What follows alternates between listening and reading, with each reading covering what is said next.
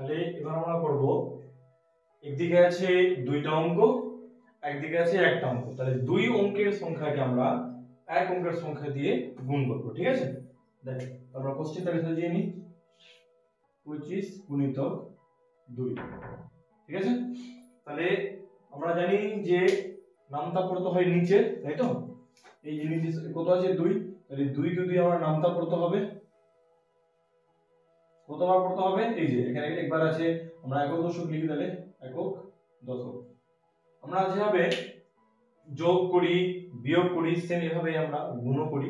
সবসময় আমরা অঙ্ক করব ডান দিক থেকে, ঠিক আছে? ডান আগে একক ঘরের যে সংখ্যা আছে সেই সংখ্যাকে আমরা কাউন্ট করব, তারপরে আমরা দশকের ঘরে, তারপরে যদি আরো থাকতো শতক তাহলে শতক করতাম, বা হাজার থাকলে হাজারে করতাম। এখানে শুধু একক আর দশক দুটো ঘর আছে, মানে 2 10 5 25 আছে, তাই না? মানে 25টাকে আমরা গুণ করব 2 দিয়ে। তাহলে আমরা এক একটা করে করব। তাহলে 2 ঘরের নামটা করব কতবার? আগে করব এই 5 বার, ঠিক আছে? কত আছে এটা? 5, তো এই 5 বার করব। তাহলে 2 কে 2 নামটা 5 বার করলে কত হয়? 5 2 10। আচ্ছা 10। তাহলে 10 কে এখানে লিখে দিব না? কেন লিখবো না? কারণ আমরা যখনই দেখব যে গুণ করে আমরা এককের সংখ্যাকে গুণ করেছি আর দুটো সংখ্যা এসেছে, যদি এখানে ধরে নাও 5 থাকতো না, যদি 2 থাকতো, আর 2 এর সঙ্গে 2 গুণ 2 2 এ 4 হতো, তাহলে 4 আমরা লিখে দিতাম। কিন্তু যখনই দেখবো আমরা যে দুটো সংখ্যা হয়েছে, 2 5 হয়েছে 10, তাই না? কিন্তু 10 তো লিখতে পারবো না। কেন লিখতে পারবো না? কারণ এখানে দেখো আরো একটা সংখ্যা আছে যেটা গুণ করতে বাকি আছে। তাই আমরা এই যে গুণ করে 10 পেয়েছি, 10 এর একটা সংখ্যাকে লিখতে হবে, একটা সংখ্যাকে আমাকে ক্যারি করতে হবে, হাতে রাখতে হবে, ঠিক আছে? তাহলে 2 কে 2 5 করলে কত হলো? 2 5 10। তো এর পেছনে কত আছে? 0। এই শূন্যটাকে আমরা লিখে দিব। এই হাতটা থাকলো আমার, মানে এই যে একে একটা যে আছে এই একটা আমাদের হাতে থাকলো, ঠিক আছে? দেখো তাহলে 2 5 10, 10 এর 0, হাতে থাকলো কত? 1। এবার 2 কে 2 করব 2 বার। তাহলে 2 কে 2 বার করলে কত হয়? 2 কে 2 2 2 এ 4। হাতে কত ছিল আমাদের? 1। তাহলে 4 আমাদের এটা গুণ করে হয়েছিল, আর হাতে যেটা বা আমাদের যেটা বেঁচে থাকবে, ক্যারি থাকবে, ওই ধারটাকে আমরা এর সঙ্গে যোগ করে দিব। তাহলে 4 আর 1 কত হয়? 5। তাহলে আমরা এখানে 5 লিখে দেব, ঠিক আছে? পরে অঙ্কটা আবার করি। দেখো পরে কোশ্চেন আছে 7 8 into 7।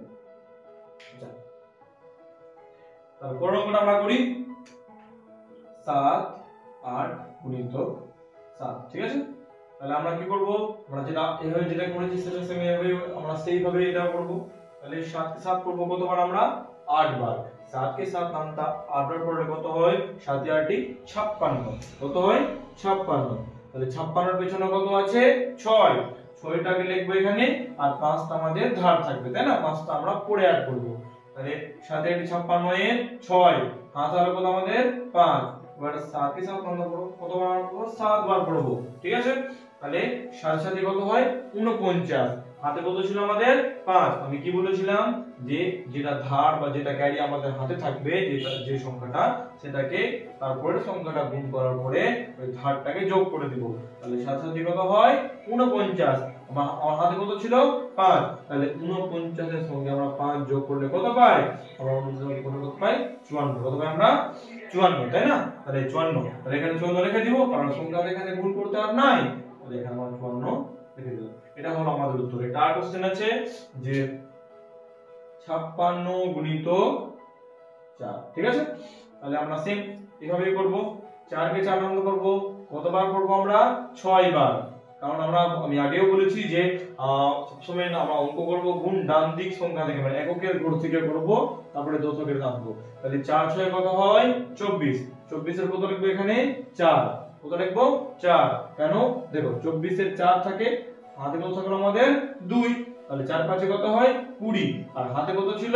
2। তাহলে 20 আর 2 যোগ করলে কত হয়? 20 যোগ করলে হয় 22। তাহলে 22 আমরা লিখে দিলাম। এটা হচ্ছে আমাদের, ঠিক আছে?